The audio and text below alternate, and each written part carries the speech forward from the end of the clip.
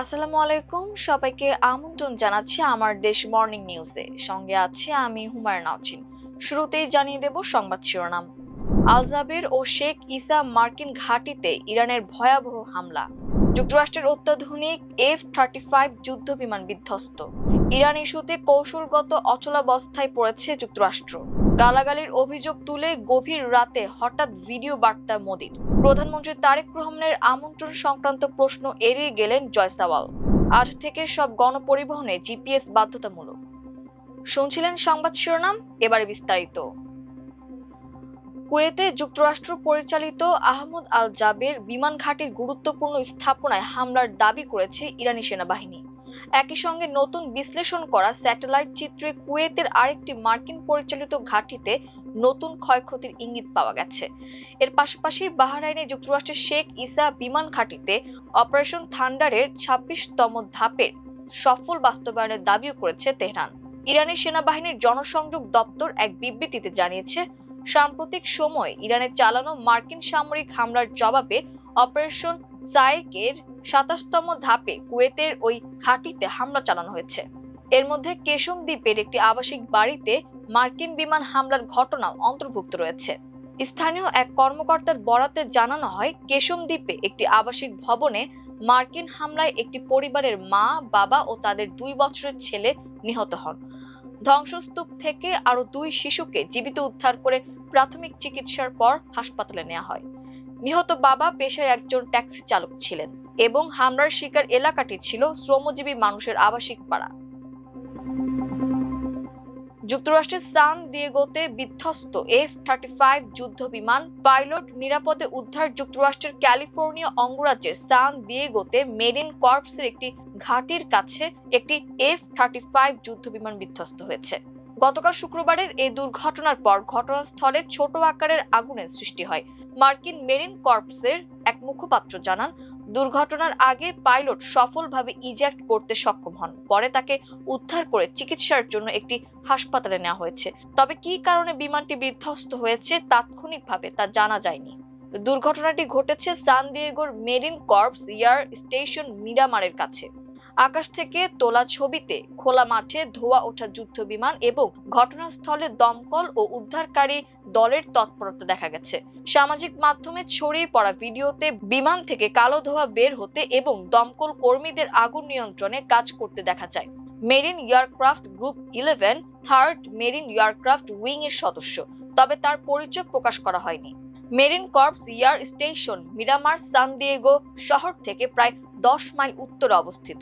ঘাঁটিটিতে 15,000-এর বেশি মেরিন নৌ সদস্য ও বেসামরিক কর্মী কর্মরত রয়েছেন এবং এটি থার্ড মেরিন এয়ারক্রাফট উইং এর সদর দপ্তর। ইরানের বিরুদ্ধে নেওয়া নীতি ও সামরিক পদক্ষেপে যুক্তরাষ্ট্র চরম এক কৌশলগত অচলাবস্থায় এসে পৌঁছেছে বলে মন্তব্য করেছেন মার্কিন যুক্তরাষ্ট্রের কংগ্রেসের সাবেক এক বিশ্লেষক। দ্য সুফান সেন্টারের জ্যেষ্ঠ ফেলো কেনেথ ক্যাটসম্যানের মতে, ওয়াশিংটন বর্তমানে এমন একটি জটিল পরিস্থিতির মুখোমুখি দাঁড়িয়েছে যেখানে তাদের সামনে মাত্র 2টি পথ খোলা রয়েছে। তিনি বিশ্লেষণ করে জানান, বর্তমান পরিস্থিতিতে হয় যুক্তরাষ্ট্রকে ইরানের বিরুদ্ধে পরিচালিত সামরিক অভিযান আরো বহুগুণ জোরদার করতে হবে, না হয় এটা স্বীকার করে নিতে হবে যে কৌশলগতভাবে অত্যন্ত গুরুত্বপূর্ণ হরমুজ প্রণালীর ওপর ইরানের নিয়ন্ত্রণ প্রতিষ্ঠা ঠেকানো মার্কিন বাহিনীর পক্ষে আর সম্ভব নয়। ভারতের নয়াদিল্লির যন্তর মন্তরে প্রশ্নপত্র ফাঁসের অভিযোগে সম্প্রতি শিক্ষার্থীদের বিক্ষোভ চলাকালে প্রধানমন্ত্রী নরেন্দ্র মোদীকে লক্ষ্য করে গালিগালাজ করার ঘটনায় 25 বছর বয়সী এক নারীর বিরুদ্ধে মামলা হয়েছে। এর জের ধরে নতুন করে উত্তেজনা ছড়িয়েছে শিক্ষার্থীদের মাঝে। এমন পরিস্থিতিতে শুক্রবার দিবাগত রাতে গালাগালির অভিযোগ তুলে এবং সংযম ও ক্ষমার আহ্বান জানিয়ে সামাজিক যোগাযোগ মাধ্যম ফেসবুকে একটি ভিডিও বার্তা দেন মোদী। তিনি অভিযোগ করে বলেন, যন্তর মন্তরে যা ঘটেছে তা দেশ ও বিশ্ব দেখেছে। কিছু বিপদগামী তরুণ এমন ভাষা ব্যবহার করেছে যার কোনো সভ্য সমাজে স্থান নেই। আমাকে গালি দেওয়া হয়েছে, এমনকি আমার প্রয়াত মাকেও গালি দেওয়া হয়েছে। প্রশ্নপত্র ফাঁসের অভিযোগে শিক্ষার্থীদের বিক্ষোভের সময় প্রধানমন্ত্রীর উদ্দেশ্যে অশালীন ভাষা ব্যবহারের ঘটনায় পুলিশের পক্ষ থেকে ওই বিক্ষোভকারীর বিরুদ্ধে আইনি পদক্ষেপ নেয়ার কয়েকদিন পর এমন মন্তব্য করলেন দেশটির প্রধানমন্ত্রী। অভিযোগ অনুযায়ী 23 জুলাই যন্তর মন্তরে ককরোচ জনতা পার্টির নেতৃত্বে আয়োজিত বিক্ষোভের সময় 25 বছর বয়সী এক নারী প্রধানমন্ত্রীর উদ্দেশ্যে আপত্তিকর মন্তব্য করেন। তবে এই মন্তব্যের পরও মোদি জানান তিনি মনে করেন না এর সমাধান রাগ বা প্রতিশোধের মধ্যে নিহিত আছে, বরং তিনি বিক্ষোভকারীদের এমন তরুণ হিসেবে বর্ণনা করেন যারা নিজেদের ভুল থেকে শিখতে সক্ষম। প্রধানমন্ত্রী ভিডিওটির ক্যাপশনে লেখা ছিল, গালিগালাজ করে কোনো কিছুর সমাধান হয় না, আসুন বিপদগামীদের পথ দেখাই, আসুন একসঙ্গে কাজ করি, আসুন ভারতের জন্য কাজ করি। ভিডিওতে তিনি বলেন শৈশবে ভুল হয় এবং শৈশবই সেই ভুলগুলো শুধরে নেয়ার সুযোগ করে দেয়।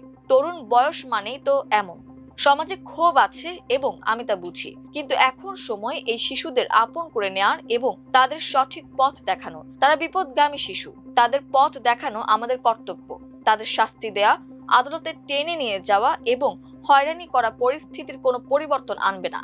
যারা ওই মন্তব্যের জন্য দায়ী তাদের ক্ষমা করে দিতে চান বলেও জানান মোদি। একই সঙ্গে সমাজকেও তাদের ক্ষমা করে দেওয়ার আহ্বান জানান তিনি। এনডিটিভির খবরে বলা হয়, প্রধানমন্ত্রীকে গালাগালির ঘটনায় নয়ডার এক্সপ্রেস ওয়ে থানায় একটি 0 এফআইআর দায়ের করা হয়েছে। ভারতীয় ন্যায় সংহিতার 352, 353 ও 356 ধারায় করা হয় মামলাটি। এসব ধারার মধ্যে শান্তি ভঙ্গের জন্য উস্কানি, জনমনে বিভ্রান্তি এবং বিশৃঙ্খলার সৃষ্টি করতে পারে এমন বক্তব্য এবং মানহানির অভিযোগের বিষয় রয়েছে।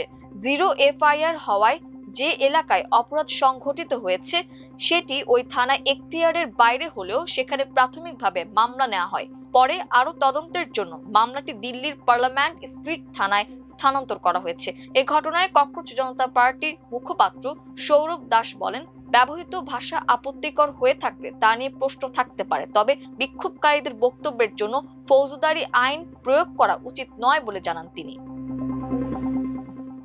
ব্রিক্স শীর্ষ সম্মেলনে প্রধানমন্ত্রী তারেক রহমানকে অংশ নিতে আমন্ত্রণ জানিয়েছেন ভারতের প্রধানমন্ত্রী নরেন্দ্র মোদি। তবে আমন্ত্রণ পত্রে প্রধানমন্ত্রীর শব্দটি ব্যবহার করা হয়নি, বিমস্টেকের সভাপতি পদবি ব্যবহার করা হয়েছে। এ নিয়ে প্রশ্ন করা হলে তা এড়িয়ে যান ভারতের পররাষ্ট্র মন্ত্রণালয়ের মুখপাত্র রণধীর জয়সওয়াল। নয়াদিল্লিতে ভারতের পররাষ্ট্র মন্ত্রণালয়ের সাপ্তাহিক ব্রিফিং এ গতকাল শুক্রবার এক সাংবাদিক জানতে চান, বাংলাদেশ থেকে কিছু মন্তব্যে বলা হয়েছে যে প্রধানমন্ত্রী তারেক রহমানকে পাঠানো আমন্ত্রণ পত্রে তার পদবি বিমস্টেকের চেয়ার হিসেবে সম্বোধন করা হয়েছে, যা তারা অপমানজনক বলে মনে করছে। তারেক রহমানকে পাঠানো আমন্ত্রণটি কেমন ছিল? ভারতের পররাষ্ট্র মন্ত্রণালয়ের মুখপাত্র প্রশ্নটি সরাসরি কোনো উত্তর দেননি। তিনি জানান, ব্রিক্স সামিট আয়োজনের প্রস্তুতি নেওয়া হচ্ছে, আমন্ত্রণ ও কারিগরি বিষয়ে পরে আপনাদের হালনাগাদ তথ্য দেওয়া হবে। ভারতে নিযুক্ত মার্কিন রাষ্ট্রদূত সার্জিও গরের চলমান বাংলাদেশ সফর নিয়ে প্রশ্ন করা হয় সংবাদ সম্মেলনে। প্রশ্নে জানতে চাওয়া হয়, এই মার্কিন রাষ্ট্রদূত তার আঞ্চলিক কার্যকলাপ সম্পর্কে ভারতীয় কর্তৃপক্ষকে অবহিত করেন কিনা বা ভারতের এই বিষয়ে জানার কোনো অনুশীলন আছে কিনা, কারণ তিনি দক্ষিণ ও মধ্য এশিয়ার জন্য বিশেষ দূত।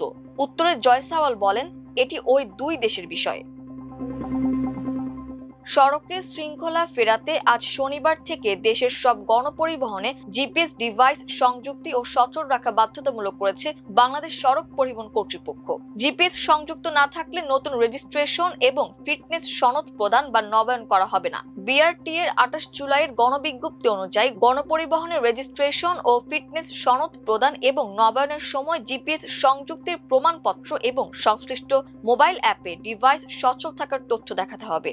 সড়ক পরিবহন আইন 2018 এবং সড়ক পরিবহন বিধিমালা 2022 অনুযায়ী জিপিএস সংযুক্তি নিশ্চিত হওয়ার পরই রেজিস্ট্রেশন ও ফিটনেস সনদ দেয়া বা নবায়ন করা হবে। শুধু ডিভাইস স্থাপন নয়, সেটি সার্বক্ষণিক সচল রাখার নির্দেশনাও রয়েছে।